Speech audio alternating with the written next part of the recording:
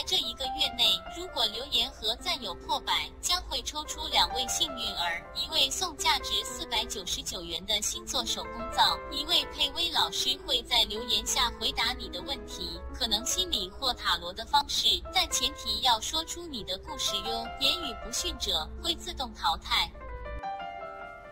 你好，我是廖佩薇，今天我们再来谈一下如何让他爱上你 Part 3。那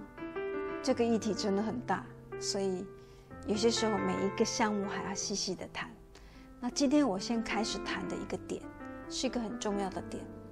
那个点就是收起你心里的定锚。什么叫定锚？就是说有些人会告诉我说，我就一定男人要180公分以上我才会爱上他。那基本上如果你有这个定锚，定锚就是你把那个东西定得很清楚了，你就很难可以去找到你心之所向，也就是收起你的定锚，让自己的视野或是宽度可以宽一点。这样子的话，你可能可以找到一个可能很负责很顾家的男生，而不是身高180的男生。这件事情是很多女孩子找不到对象的主因，因为心里总是想说我要找到一个非常贴心的男生。有一本书叫做男生是住在火星，女生是住在金星，因为男女本来就大不同，他不可能跟你每天谈情说爱，在结婚之后不可能拥有一直多的浪漫，因为他心思就会在工作上。如果是一个负责的男人，如果不是，他可能会就在别人的女人身上，由你决定。所以收起你心里的定锚，好吗？那视野会宽很多。再来，记得一件事情，在让他爱上你的时候，有一个很重要的东西，就是所谓的肢体的接触。好，接下来我们就请个小编示范一下肢体动作这个问题。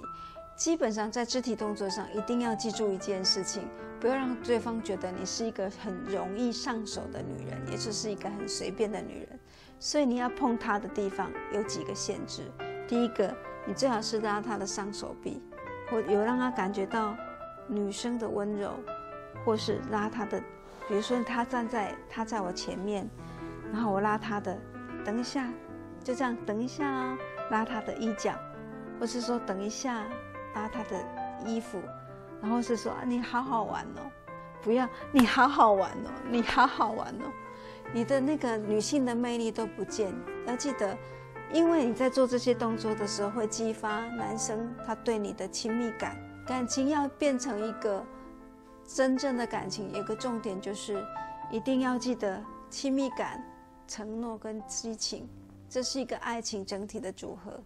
所以这是很重要的。在心理学里面，积极动作是胜于语言的，他的讲的跟他的身体是不一样的，所以我们都是看肢体动作的。好，接下来就是说声音要记得抑扬顿挫，就是声音没有抑扬顿挫，他会觉得这个女生是无趣的。声音对男性的耳朵是很重要的，同样对女性的耳朵也是很重要的，所以在这个部分里面练习自己的声音的抑扬顿挫很重要。还有就是偏肢体的关系，所以男生没有办法发展到偏肢体的另外一个脑，就是右脑，因为男生这个偏肢体不够发达，所以他对于女生偏肢体能够发达这个部分，他会是有感觉的。也就是说，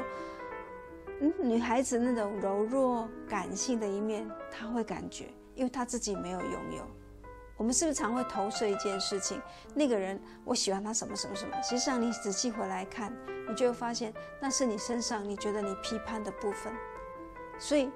男生的偏肢体发展的比较强烈，这一点你可能就要注意到，你可以在他面前表现这一块。纵使你是一个很强的女强人，都少有攻击性，因为攻击性是属于男性这方面的，理性是属于男性这方面的，把那个地方发挥在你的工作上。最后我想要谈的一个是应该是比较外貌的部分，记得要保持身体的比例是对的，这也跟男生的偏肢体有关。也就是说，你的身体比例如果是对的，你会展现是他身体没有办法表现的。女生应该是葫芦腰，对不对？有胸部，然后皮肤细致，男生没有这一块，他是这样直的。所以身材的比例很重要。有40%的男生并不喜欢女生化妆，喜欢素颜，你会觉得这个数字还蛮高的。可是有另外60%，其中是有部分是 OK 的，他想要，他喜欢女生而化妆，可是那也是淡妆。所以很多人可能化了很多浓妆，尤其是喜欢模仿明星的穿着，那不是你的风格。所以记得这跟外貌有很大的关系。所以做一个非广告时间，你可以在斯多利，尤其这么冷的冬天里，做脸部课程，好好的保养自己的脸，尤其保养自己的嘴唇。你的嘴唇如果水嫩嫩的，它会有想吻你的冲动。这样了解吗？今天我先讲到这边，如果还有再延续的话题，我们会讲下去。我非常希望我可以在咨询室里面看到你，在跟我讨论你的心事或是占星，我都有这样的课程或是催眠，让自己身体可以塑形下来。我觉得我都非常乐于服务。我个人是喜欢諮商，个人諮商胜于教学的，所以我觉得这个工作对我而言还真的是我喜欢的工作。所以我希望有一天我可以见到你出现在我的咨询室。谢谢你，谢谢你今天参与，拜拜。要记得内化住哦，内化到你的心里。拜拜，我是廖佩薇。